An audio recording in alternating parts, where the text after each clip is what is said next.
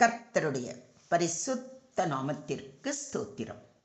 இன்றைய நாளின் தியானத்திற்கென்று தெரிந்து கொள்ளப்பட்ட வேத வசனம் சங்கீதங்களின் புத்தகம் 89 சங்கீதம் முதல் வசனம். சங்கீதம் 89:1. கர்த்தரின் கிருபைகளை என்றென்றைக்கும் பாடுவேன், உமது உண்மையை தலைமுறை தலைமுறையாக என் வாயினால் அறிவிப்பேன்.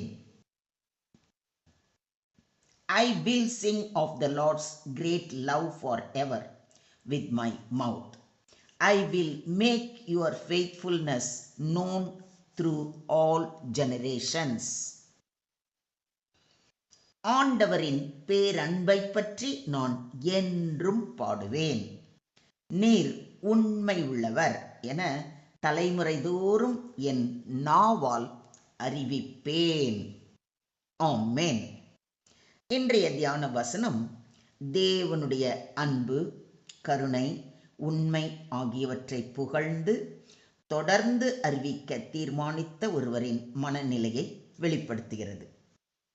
எஸ்ராகியனாகிய ஏத்தான் இந்த சங்கீதத்தை பாடுகிறார்.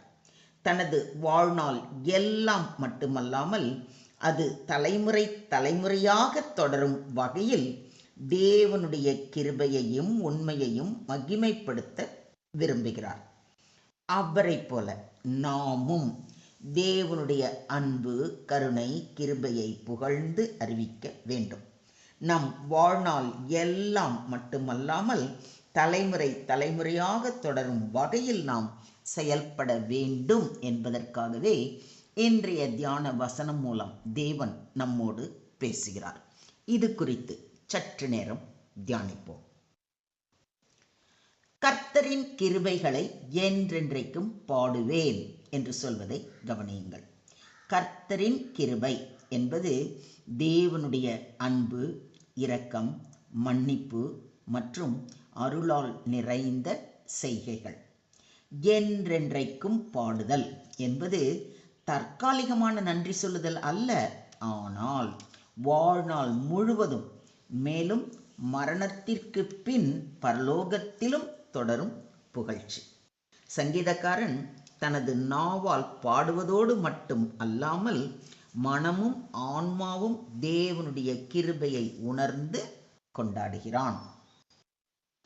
கர்த்தருடைய கிருபையோ அவருக்கு பயந்தவர்கள் மேலும், அவருடைய நீதி அவர்கள் பிள்ளைகளுடைய பிள்ளைகள் மேலும் அனாதியாய் என்றென்றைக்கும் உள்ளது என்று சங்கீதம் 103:17 வாசிக்கிறோம்.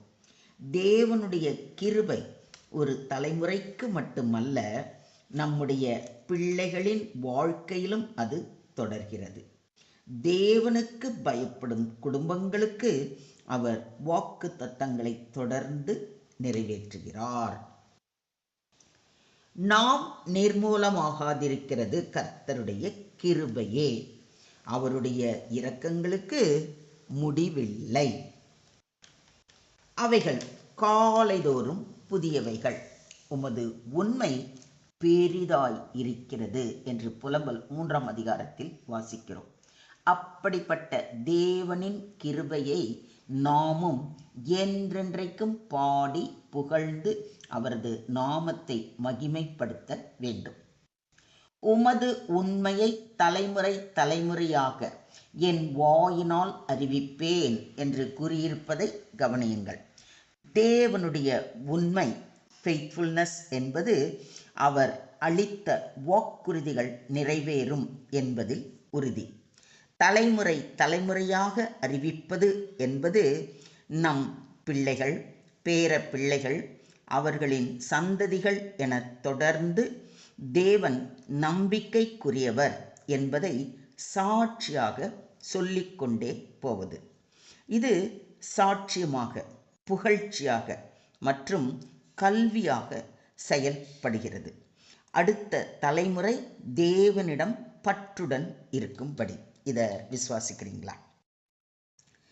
கர்த்தர் நல்லவர், அவருடைய கிருபை என்றென்றைக்கும், அவருடைய உண்மை தலைமுறை தலைமுறைக்கும் உள்ளது என்பதை சங்கீதம் 105 வாசிக்கிறோம்.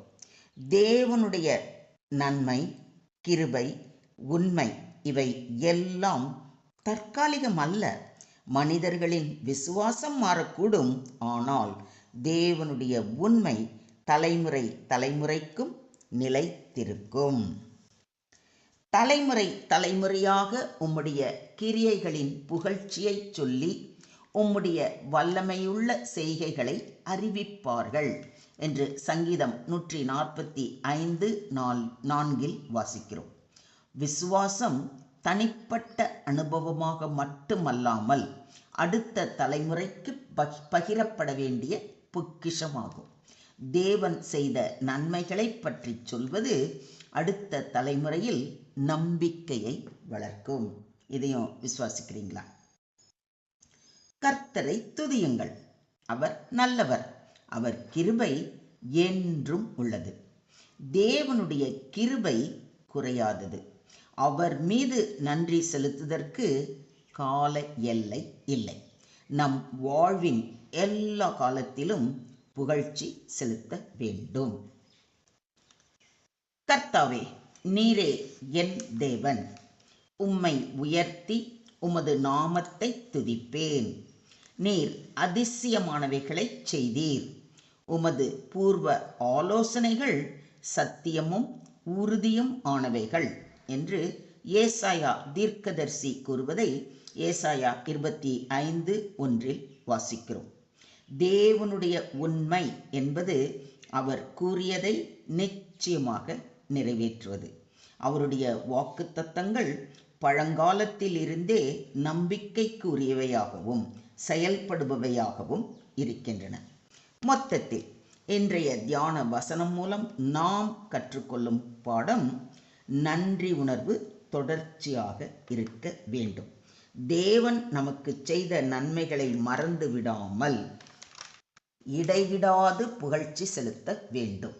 விசுவாச சாட்சி பரம்பரை வழியாக செல்ல வேண்டும்.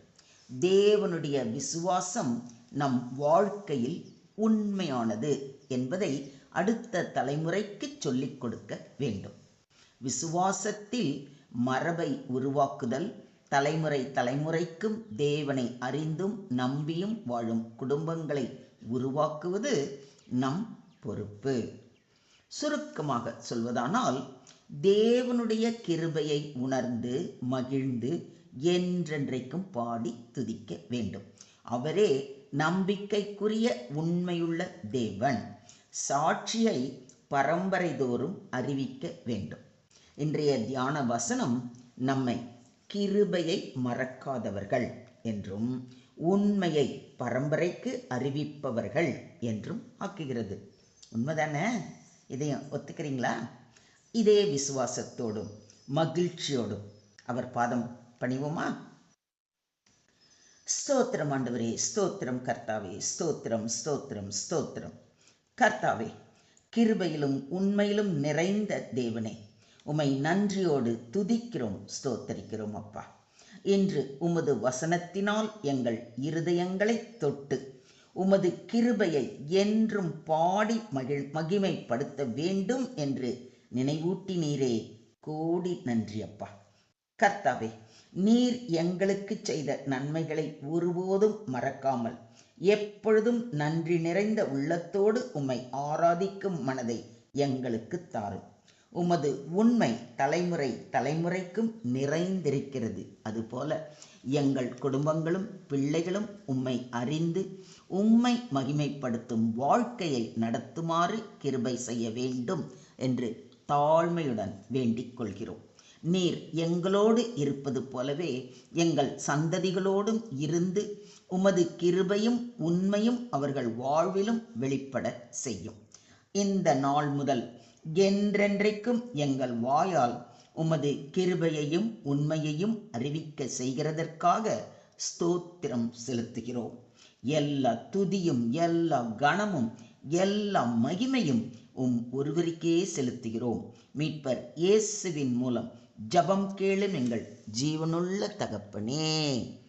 ஆமென்.